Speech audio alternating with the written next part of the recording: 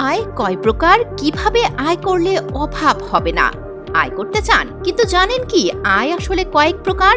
শুধু একটা উৎস থেকে ইনকাম করলে জীবনে সচ্ছলতা আসবে না। যারা স্মার্টলি ইনকাম করেন তাদের কখনো অভাব হয় না।